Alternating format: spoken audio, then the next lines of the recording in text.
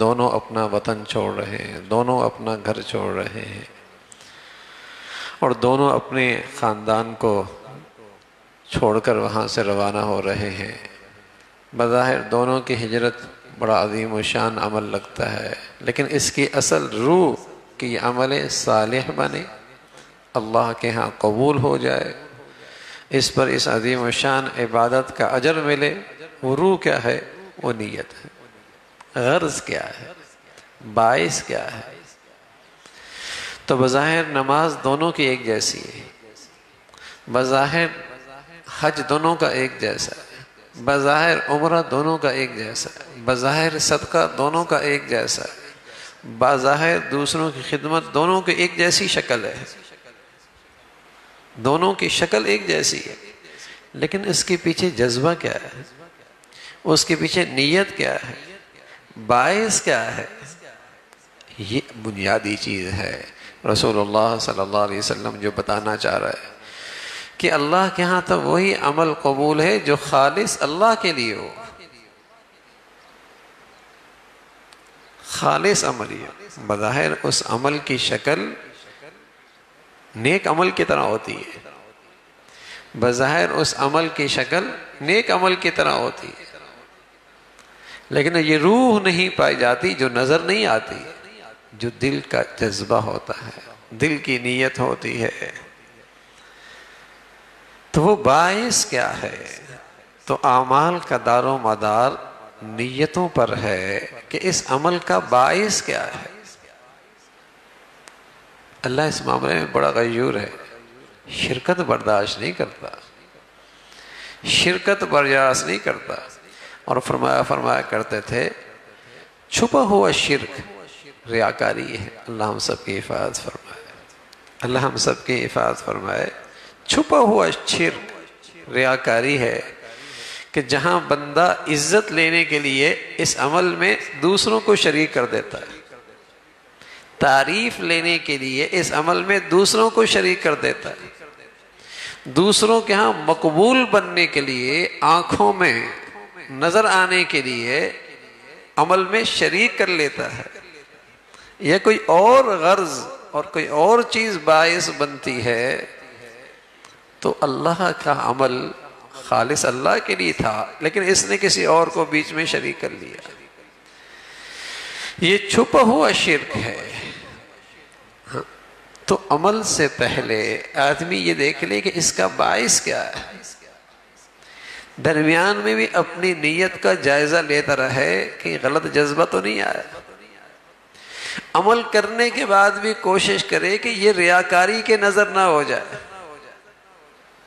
بس اوقات شروع ہی میں جذبہ غلط، بس اوقات درمیان عمل میں شیطان اپنا حصہ لے لیتا ہے، اور بس اوقات صحیح جذبے سے عمل کیا، صحیح عمل کیا، لیکن اس کے بعد شیطان اس کا عمل ضائع کرا اور اس عمل کو ریاکاری کے نظر کر دیتا، تو اللہ کے ہاں اس کی کوئی قیمت نہیں۔ یہی بڑا دھوکہ دیتا ہے شیطان کہ محنت بھی کی، مزدوری بھی کی، مشقت بھی اٹھائی، تکلیف بھی برداشت کی، حاصل بھی کچھ نہیں ہوا،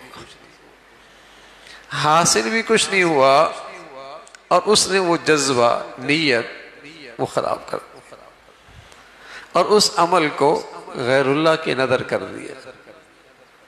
تو رسول اللہ صلی اللہ علیہ وسلم بتا رہے کہ ہجرت کتنا عظیم الشان عمل ہے، کتنا عظیم الشان عمل ہے، اور بظاہر دونوں کے اس ہجرت کی عمل کی ظاہری شکل میں کوئی فرق نہیں ہے، دونوں کی ظاہری عمل کی شکل ایک جیسی ہے، لیکن ایک کا جذبہ غلط ہے، ایک کا باعث غلط ہے، ایک کی نیت غلط ہے، تو اس کی عمل کی کوئی اہمیت نہیں۔ حدیث میں آتا ہے، اللہ ہم سب کی حفاظت فرمائے، 3 طبقے ایسے ہیں جو اس دنیا میں دین کی حفاظت اور دین کی اشاعت میں غیر معمولی ہے، غیر معمولی ہے۔ ایک تو وہ ہے جسے اللہ نے علم دیا ہو اور ساری زندگی اس نے علم کی خدمت کی ہو، دین کی خدمت کی ہو، دوسرا جس نے اس دین کی خاطر جان دے دی ہو، اور تیسرا جس نے اپنا مال لگا دیا۔ حضرت ابو ہریرہ فرماتے ہیں رضی اللہ تعالیٰ عنہ کل قیامت میں سب سے پہلے آگ جہنم کی جو جلائی جائے گی وہ انہی قسم کے لوگوں سے جلائی جائے گی. سب سے پہلے جو آگ کا ایندھن بنیں گے، اتنا عظیم الشان عمل علم ملا اور بظاہر اس علم کی خدمت کی اور اللہ نے جان دی اور بظاہر اس کی جان کی قربانی شہادت مل گئی، اور تیسرا اس نے مال لٹا دیا. تو سب سے پہلے جہنم کی جو آگ ہے اسی سے جلے گی. تو تینوں کو برگواہ خداوندی میں حاضر کیا جائے گا اور اللہ رب العزت اپنے انعام جتلائیں گے، اپنا احسان جتلائیں گے. علم دیا تھا، علم جیسی دولت دی تھی، فرمایا اللہ تیرے دین کی خدمت کی. فرمایا نانا وہ تو سب اس لیے کیا تھا کہ لوگ فلاں کہیں اور فلاں کہیں، وہ کہا جا چکا، وہ کہا جا چکا. لوگوں کی زبانوں پہ تعریفوں کے بند باندھے گئے اور تم یہی چاہتے تھے، وہ ہو چکا، وہ تو ہو چکا. دوسرا شخص، اے اللہ جان تو آپ نے دی لیکن تیری یہ جان بھی تیری راہ میں قربان کر دی. فرمایا اس لیے کہ لوگ بہادر کہیں، لوگ بہادر کہیں، واہ واہ کریں، مجھ سے وہ کہا جا چکا. تیسرا کو اللہ رب العزت اپنا انعام جتلائیں گے، مال دیا، دولت دی. فرمایا اے اللہ تیری راہ میں لٹا دیا. فرمایا وہ تو اس لیے تھا کہ سخی کہیں دنیا، یوں کہنا تختی لگ جائے، نام آ جائے، شہرت ہو جائے، وہ کہا جا چکا، وہ تو لوگوں نے کر دیا. تو رسول اللہ صلی اللہ علیہ وسلم نے فرمایا جہنم کی جو ابتدا ہوگی، جو پہلے ایندھن بنیں گے اس جہنم کے، وہی تین قسم کے نو بنے، تینوں عظیم الشان اعمال. کوئی مثال نہیں ہے دنیا میں ان کے اعمال کی. نیکیوں میں ان نیکیوں کی کوئی مثال نہیں ہے. رسول اللہ صلی اللہ علیہ وسلم فرمایا دنیا میں اگر کوئی آدمی رش کرنے کے قابل ہے تو ایک تو وہ خوش نصیب جسے اللہ نے علم دیا ہے اور زندگی علم کی خدمت میں لگا دی، دین کی حفاظت میں لگا. دوسرا وہ خوش نصیب جسے اللہ نے دولت دے دی اور پھر ساری زندگی دولت اللہ کے دین کے پر خرچ کر دے، یہ قابل رشک ہے. اور رسول اللہ صلی اللہ علیہ وسلم فرمایا کرتے تھے وَدِدْتُ أَنْ أُقْتَلَ فِي سَبِيلِ اللَّهِ، اے اللہ مجھے شہادت چاہیے، اے اللہ مجھے شہادت چاہیے، اے اللہ مجھے شہادت چاہیے. یعنی یہ ایسے غیر معمولی اعمال ہیں، لیکن اللہ حفاظت فرمائے ایسی عظیم الشان نیکیوں کا جذبہ غلط ہو گیا، ایسی عظیم الشان نیکیوں کا جذبہ غلط ہو گیا کہ لوگوں کی زبان پہ تعریف ہو جائے، واہ واہ ہو جائے. اللہ حفاظت فرمائے. بس سچ عرض کر رہا ہوں میرے عزیزو، نیکیاں تو ہو جاتی ہیں لیکن آج خلوص کے ساتھ نیکی ہو جائے. آج جو سب سے بڑا فتنہ ہے نا، سب سے بڑا فتنہ نمائش. دنیا ہی میں عزت چاہتا ہے، سارے جھگڑے یہی ہیں. اگر آپ جتنے جھگڑے دیکھیں گے تو وہ کیا ہے کہ میں سب سے نمایاں ہو جاؤں، میں لوگوں میں زیادہ مقبول ہو جاؤں، میرے پیروکار میرے دائیں بائیں چاہنے والے زیادہ ہو جائیں.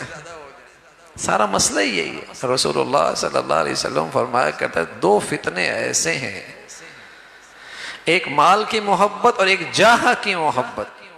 یہ وہ ازدہائیں ہیں کہ بھوکا بھیڑیا بکریوں کے ریوڑ میں گھس جائے تو اتنی بربادی نہیں لے کے آتا جتنا آدمی کے دین یہ دو جذبے برباد کر. یہ دو جذبے برباد. اور جب اندر یہ جذبہ ہو کہ میں نمایاں ہو جاؤں تو اس کی نیکیوں میں اخلاص مشکل ہو جاتا ہے، اس کے اعمال میں اخلاص مشکل ہو جاتا ہے. میری تو کوئی غرض نہیں، غرض تو بھائی صرف یہ ہے کہ بس اللہ راضی ہو جائے، اللہ راضی ہو جائے. تو رسول اللہ صلی اللہ علیہ وسلم نے اس حدیث میں اپنی امت کو خاص طور پہ جو پیغام اور تلقین فرمائی ہے کہ اللہ کے ہاں تو صرف وہی عمل قبول ہے جو خالص اللہ کے لیے ہو، ورنہ دونوں عمل کی شکل بالکل ایک جیسی، دیکھنے میں دونوں بہت بڑی نیکیاں، لیکن ایک نیکی پکڑ کا ذریعہ ہے، اللہ کی ناراضگی کا ذریعہ ہے۔ کیوں؟ اس میں روح نہیں ہے نیکی کی، وہ اخلاص، باعث وہ نہیں ہے کہ اللہ راضی ہو جائے، وہ پکڑ کا ذریعہ ہے۔ تو عمل سے پہلے بھی یہ جذبہ ہو کہ اللہ راضی ہو جائے، اور دوران عمل بھی اس کی فکر ہو کہ اس میں کوئی ریا نہ آ جائے، اور عمل کے بعد بھی اس کا اہتمام ہو کہیں یہ میری نیکی ریا کے نظر نہ ہو جائے، دکھلاوے کے نظر نہ ہو جائے۔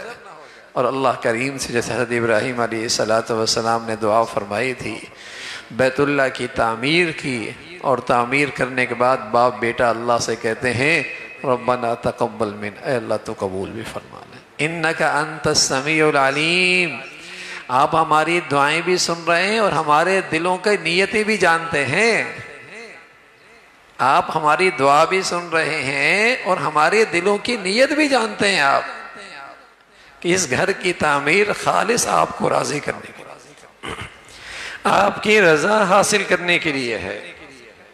تو اللہ کے ہاں عمل وہی قبول ہے جو خلوص کے ساتھ ہو، اور ریا سے اور نام و نمود سے اور ہر دنیاوی جذبے سے پاک اور صاف ہو۔ اللہ ہمیں سبھی کو نیکی کی توفیق نصیب فرمائے، اور صحیح جذبے اور صحیح نیت کے ساتھ اللہ کریم توفیق نصیب فرمائے۔ اللہم لک الحمد کلو ولک الشکر کلو، اللہم لک الحمد کلو ولک الشکر کلو، اللہم اعنا علی ذکرک و شکرک و حسن عبادتک، اللہم اعنا علی ذکرک و شکرک و حسن عبادتک، نستغفر اللہ و نتوب الیک، نستغفر اللہ و نتوب الیک، سبحان ربک رب العزة عما یصفون وسلام علی المرسلین والحمد للہ۔